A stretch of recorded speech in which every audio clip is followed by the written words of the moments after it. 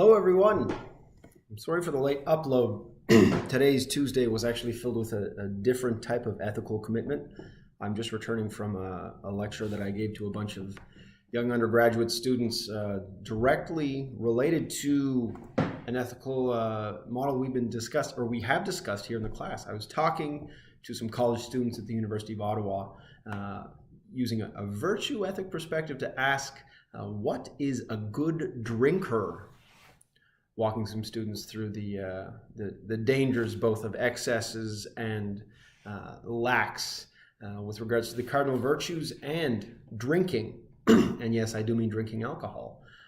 So it was a fascinating time, and they were well fed, and they asked a lot of the same questions about what virtues are and what it means, how it's different from a typical yes/no version of morality that you've been asking. So at least here in Ottawa, for at least some of the people I've met, the future seems to be in good hands.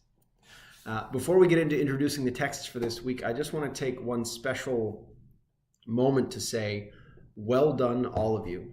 You should now all have your marks back for the last reflection on war and peace. And I have to say, to a woman and to a man, they were remarkable. I know that the subject matter was difficult and at times frustrating and depressing, but it certainly seems as though wrestling with those ideas produced some very good fruit. So I'd say for just about all of you, this was just about the best reflection from any of you that I'd seen. So well done. I'm glad to see the ideas not only filtering into how you think more easily, but also that you're able to build arguments and make ethical cases based on the text itself and the way, so to be precise, the way in which I believe every one of you was able to engage the texts and then offer personal reflection on what was happening in the text, but also how you were appropriating those teachings was spot on. You were generous with your readings when appropriate and also critical, offering personal arguments when appropriate for that as well. So well done. If you have any doubts about how well you're doing in this class, know that your ability to make reflections of that caliber shows you're getting it very much so. And if you want to test the experiment, have a look at what you just wrote and compare it to the first reflection that you did. And I think every one of you will see a type of improvement that bodes well for how you think. So well done. Now, with that said, we're going to take just a minute to introduce some of the ideas that are in the excerpts that you're going to be reading, finally from some authors engaging with the environment in a way that would make sense to all of you, one that takes seriously our environment, the created order, and how we live in it, and how our living most recently has drastically impacted that environment for the worse.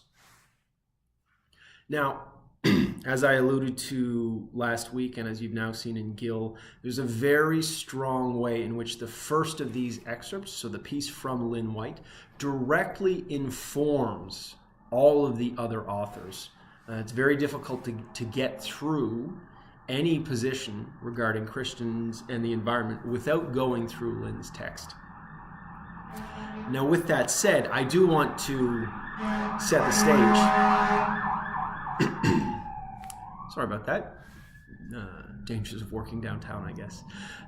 With that, I do actually want to trace one of the lines of argument that is not found in these texts to help you get a better understanding of what's going on.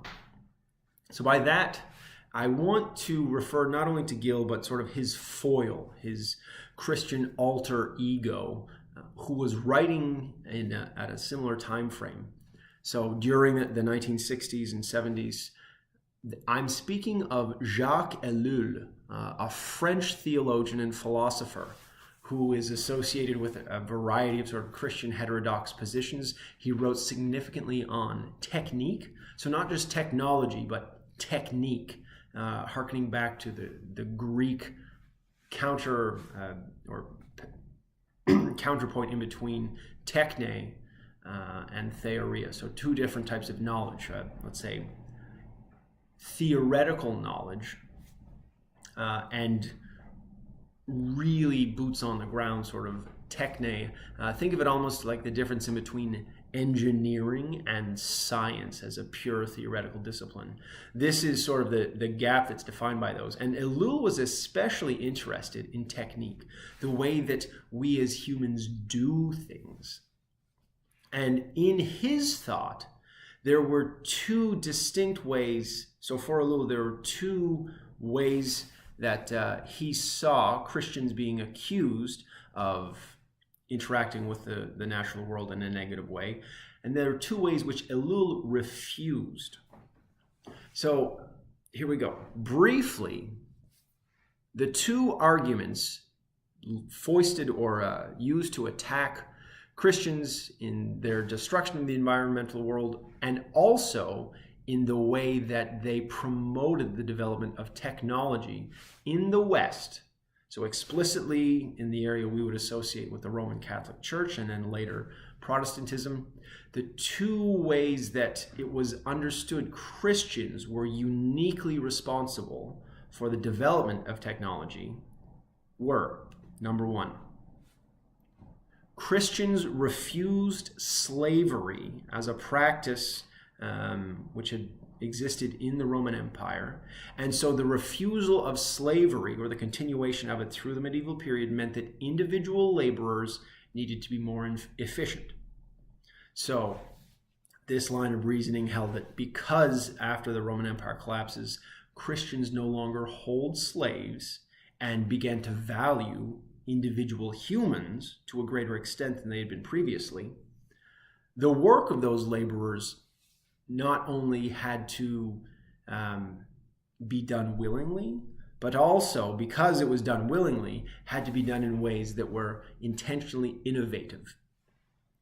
So that's argument one that Ellul puts forward as being why we are so good, or why the West was such a locus for the development of technological advances.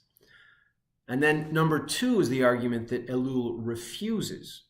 That is that the disenchantment of the natural world, which is the refusal of paganism, of Christianity, made the world more exploitable. So this disenchantment leads to an understanding of the created order as just nature. Ellul refused that argument throughout his writings, constantly drawing on the countervailing idea that Christians actually held very strong otherworldly beliefs and connected the created order to a type of symbolic worldview, similar to the one that we discussed last week with regards to the pelican being a sign of the life and death of Jesus. The way in which each and every object was still a part of God's order. Ellul believed very strongly that did not die, that there was no disenchantment associated with Christian practice as such. He also spoke quite convincingly about technique and technology being a dialectic relationship. And so one of the ways that theorists of this particular school of thought like to bring forward as an example is that of longbows. So you may be familiar with the idea of the longbow being a particular quantum leap forward in military technology. We associate it with the British paradigmatically at the Battle of Agincourt, where British yeomen using longbows were able to defeat a much larger, much more heavily armored French army, because these bows were able to fire arrows with enough speed to pierce the armor of French knights. And so all of a sudden, a simple peasant laborer conscripted into a cadre of archers could defeat a well-trained French nobleman. This is a phenomenon that has been studied by military historians as a turning point in conflict in the medieval period.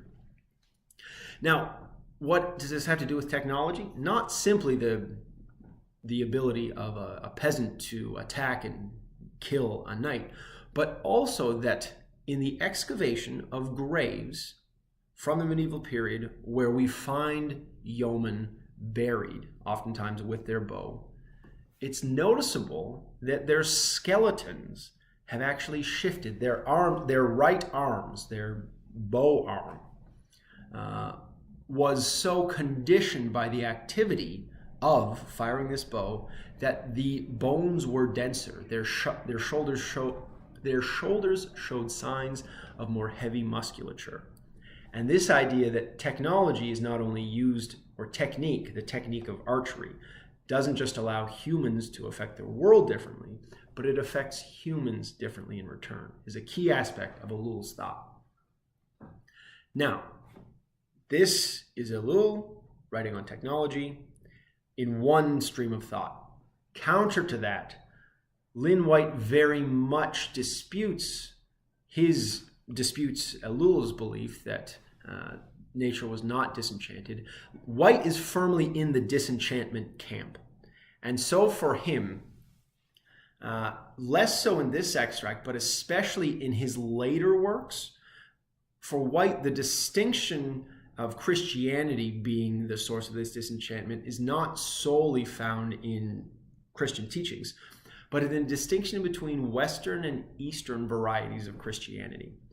He argues that the collapse of the Roman Empire led to different effects than in the East. For in the East, you had the Byzantine state, which still provided much of the secular civic architecture, the functions of government in daily life, whether that be in a town or in a large urban center.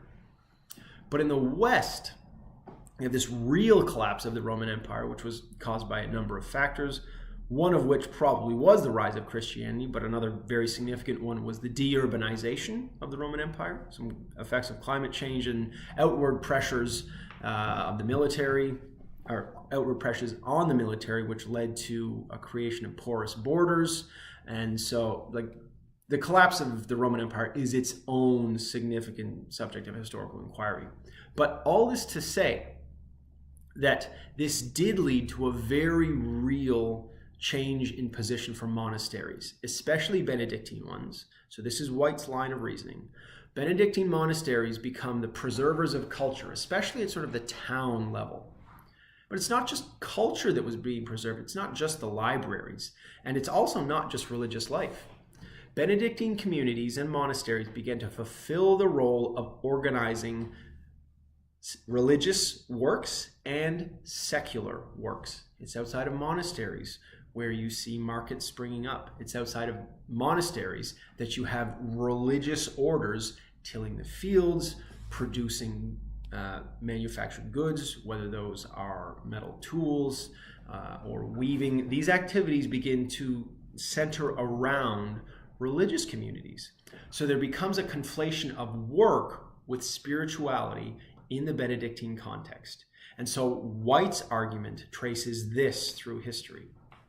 Now, if this is the kind of period of time that interests you, there are a number of other theories that attempt to explain just what made Western technological superiority become what it is. For example, Fernand de Braudel is very well associated with farming implements and also the types of crops being farmed. So especially sort of the three main grains, maize, corn, wheat, and rice, provide different yields, and the populations which can be supported by a given amount of labor vary accordingly. So rice has a very high output in terms of amount of nutritional energy that can be generated per acre of arable land.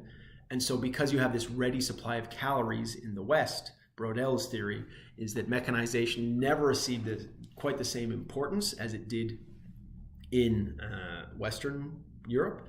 Similarly, in South America, maize is less amenable to mechanistic forms of cultivation, and so the plant itself was resistant to efforts to industrialize the production of it. Wheat alone seems in the Braudel thesis to allow for this type of industrial ramping up of production. This is similar, it's of the same species as White's claim in the text about the difference of furrow plows versus scratch plows.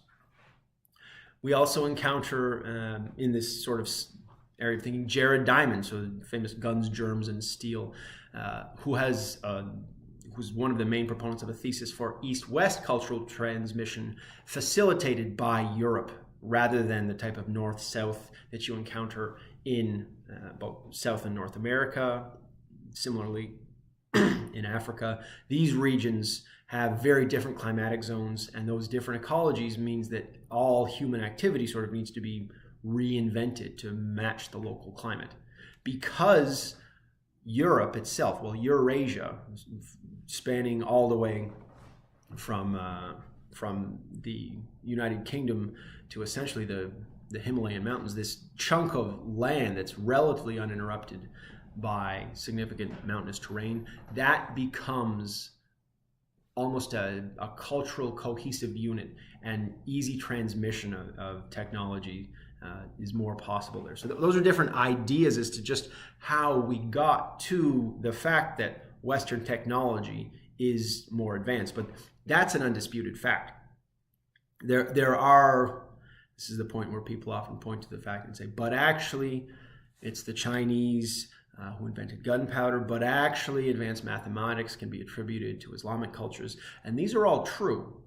These things are true, but there's a type of receptivity that also is associated with Western culture that makes them more willing to accept and borrow. Think of the way that English is a type of hodgepodge bastard child of a language that sees a new idea and says, oh, we'll just take that and we'll make that our word. Whereas, as we all know, for a new word to enter into the French language, it needs to be approved by committee. With that said, I still think that the French probably messed up on borrowing the word bulldozer. You look up any French dictionary, English-French dictionary, the word in French for bulldozer is simply le bulldozer. Don't think they nailed that one right. All those claims of it being a more beautiful language sort of missed the boat on that one.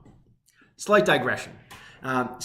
All that to say that there are contested theories of just how the Western Christian, or the area roughly coterminous with Western Christianity, came to have such a technological superiority over other major cultural centers in the world. White offers one thesis, and it is open to debate.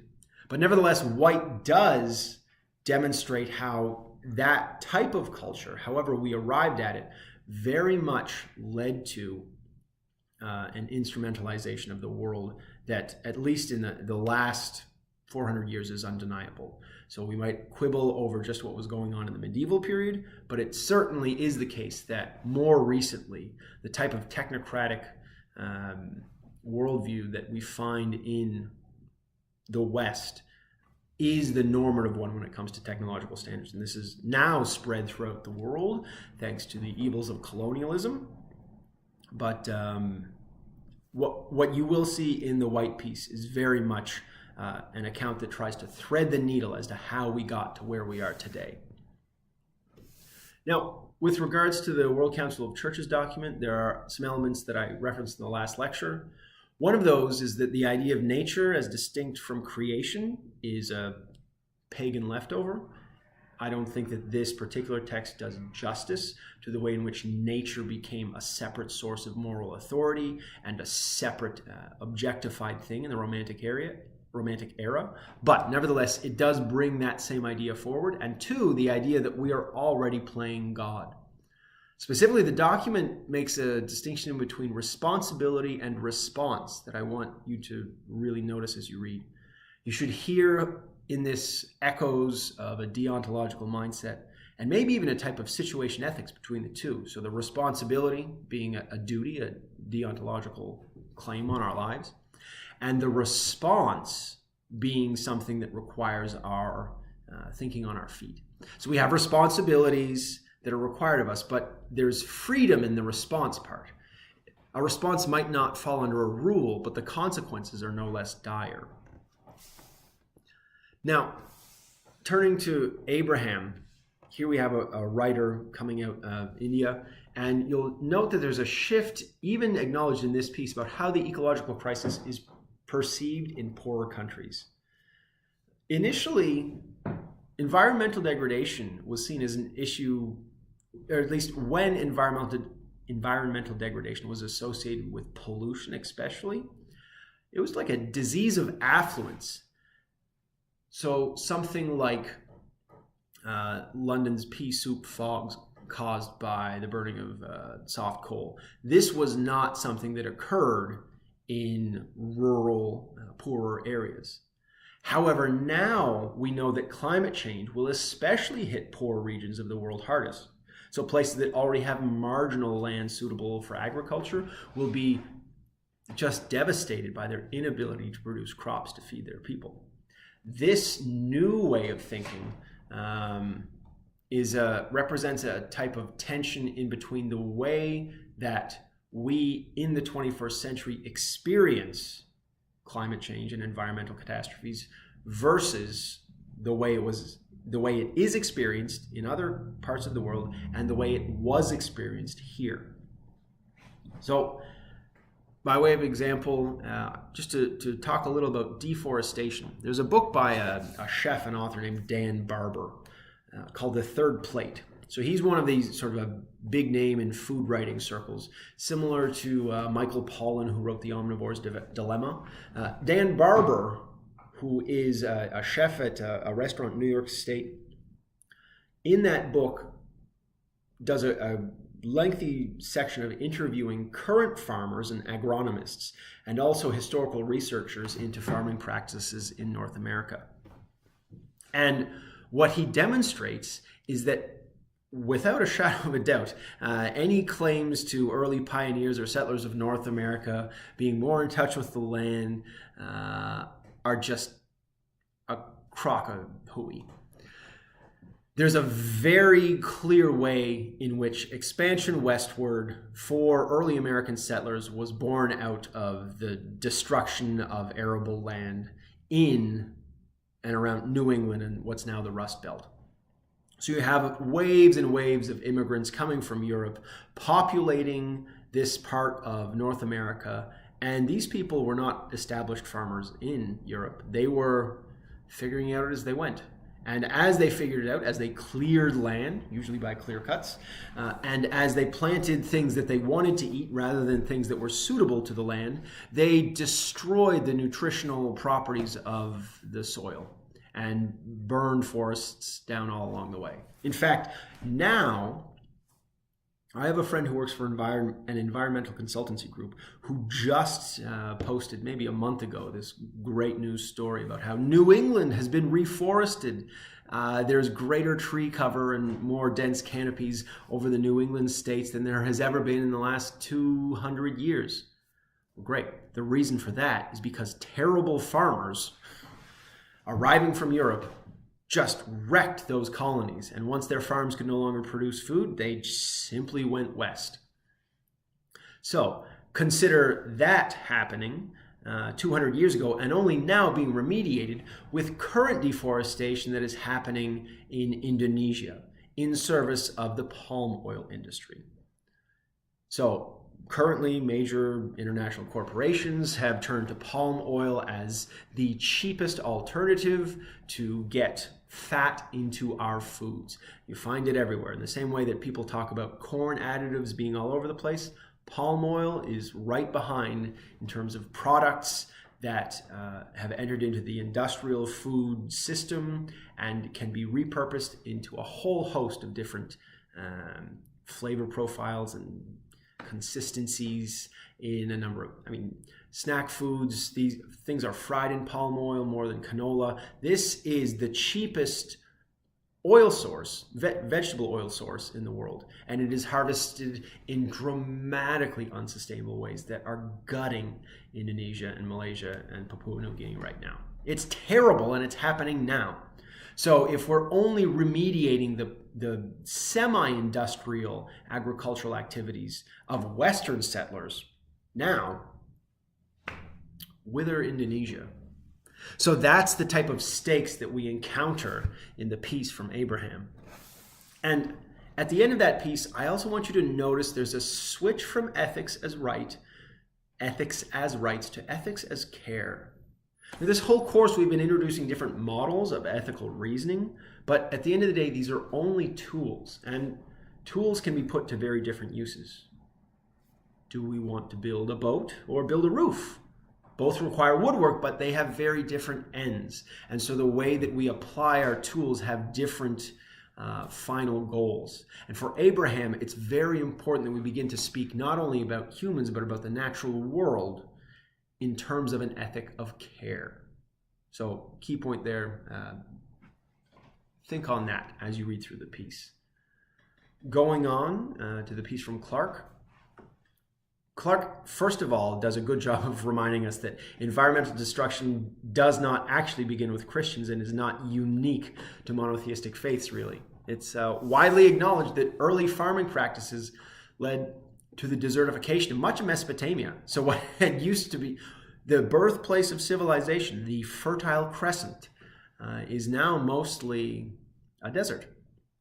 Irrigation in that area gradually increased the salinity of the soil, which then cascaded into the erosion of its topsoil. Once the topsoil is gone, you have nothing for plants to grab purchase in, and the type of climate we now associate with much of the Middle East is fundamentally different from the climate which existed there 10,000 years ago. This is not because of climate change. This is not because of tiny ice ages. This is because of human activity changing the entire ecosystem of a significant chunk of the globe. So when he just makes a short reference to that at the beginning, that's what he's talking about. This is Egypt today. This is Iraq. These are places we do not associate with lush, fertile agricultural land, and yet once they were. Now, Clark also does in his piece give one of our first real references to a type of utilitarianism. So he says, quote, "If animal pains and pleasures are all that matter, then diminishing non-human pleasures and increasing non-human pains can hardly be a duty. We may prefer that it should be us that enjoy life, but we have no objective complaint with any other tribe that is ready to sacrifice us." So, I hope you're hearing that, the idea that there's rather than a particular set of rules that govern human activity, instead there is a calculus which is performed. Do we maximize pain, or do we minimize pain, maximize pleasure? And if that's what we're doing, what special claim does humanity have to the enjoyment of pleasure to the detriment of animal life? So an interesting little subtle entry into that category there. Now, I'm not going to introduce King just right now because I want to give her a special consideration in the follow-up lecture that's going to be a part of the criticism piece. But nevertheless, I would like you to read that all before the next lecture on Friday. So with that said, you've been introduced to some of these ideas, and you'll hear more from me later in the week. I want to encourage you again to participate in any of the discussion. You may have noticed that there's just one discussion that will be for all the environment pieces, both last week and this week. There was simply something that got stuck in a draft mode, so you haven't been able to comment just yet, but jump right in. The water's nice. We'll be in touch.